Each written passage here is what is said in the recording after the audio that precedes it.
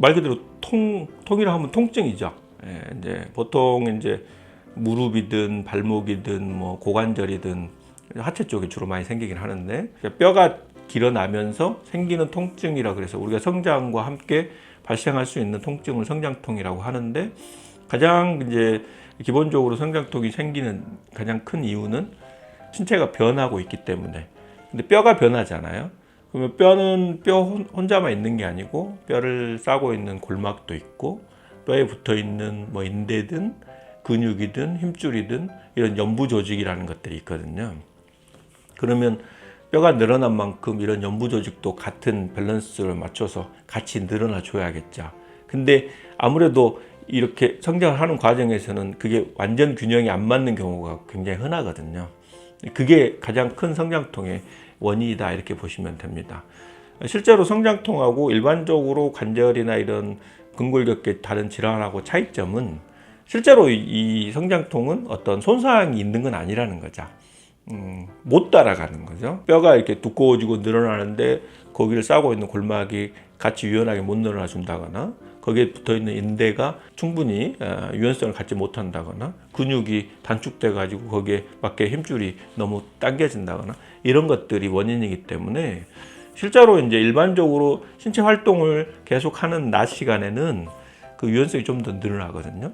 그래서 낮 시간에는 통증을 잘 못 느끼고 밤에 자거나 이럴 때 오히려 휴식 시에 통증을 느끼게 되죠. 근데 반대로 우리가 예를 들어 뭐 인대나 이런 것들이 뭐 운동을 하다 다쳤다거나 뭐 사고로 뭐 어디 발목이 삐었다거나 뭐 이런 경우는 오히려 활동할 때 통증이 더 많이 나타나겠죠.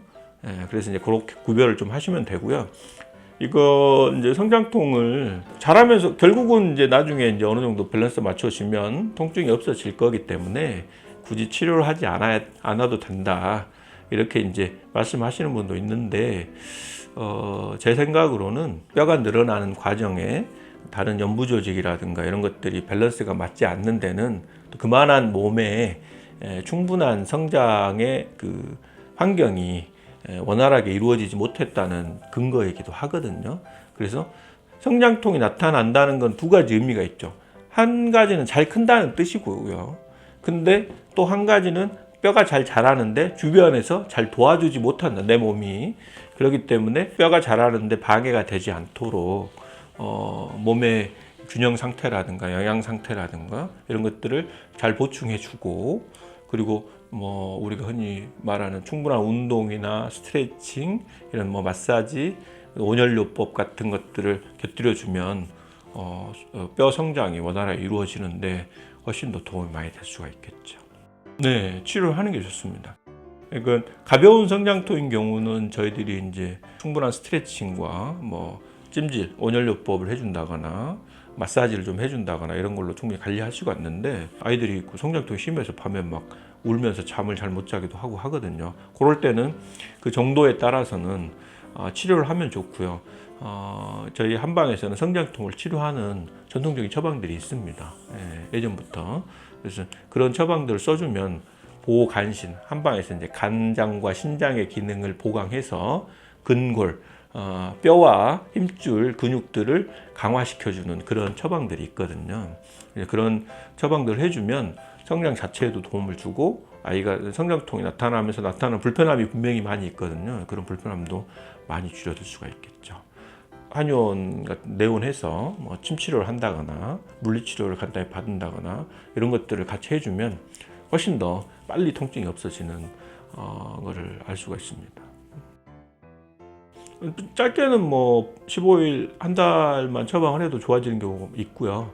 좀 길게는 좋아졌다가도 또 다시 통증이 생기고 이렇게 좀 반복하는 경우가 있거든요. 어차피 급성장 기간은 그렇게 길지 않기 때문에 한 길게 봐서는 그렇게 이제 한 1, 2년 정도 관리를 해주면 보통은 다 좋아집니다. 빈도수로 보면 무릎, 발목이 제일 많죠. 우리가 이제 근육통 형태로 보이는 경우도 이제 종아리, 우리가 흔히 말하는 장단지 부위가 아프다고 하는 애들도 있고, 아킬레스건 부위, 실제로 또 무릎 위아래 부위 뭐 이런 데가 나타나는 경우가 많죠. 그러니까 상체보다는 아래쪽, 그러니까 이제 발목이나 정강이, 장단지, 무릎 이쪽이 제일 많다고 보시면 되겠고요. 고관절 쪽에서 나타나는 경우도 종종 있고요. 뭐 드물긴 하지만 손이나 이 팔꿈치 쪽에서도 성장통을 호소하는 아이들이 가끔 있습니다. 스트레칭은 당연히 이제 우리가 우리 이 대퇴 부위, 그러니까 이제 허벅지 부위 근육을 늘려주는 스트레칭. 무릎이 아프다면 무릎을 움직여주는 거는 무릎의 아래쪽이 아니고 위쪽이거든요. 그래서 허벅지 위쪽에 근육을 스트레칭 해주는 방법이야 뭐 대부분 다 알고 계시겠죠. 가볍게 스트레칭은 너무 뭐 아주 긴장도가 높게 할 필요는 없고요.